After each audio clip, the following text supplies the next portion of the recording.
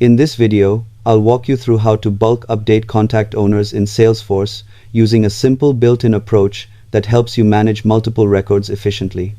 Start by opening the Contacts tab and reviewing the list view or report that contains the contacts you want to update. Make sure the records displayed are exactly the ones you intend to modify, since bulk edits affect several records at once.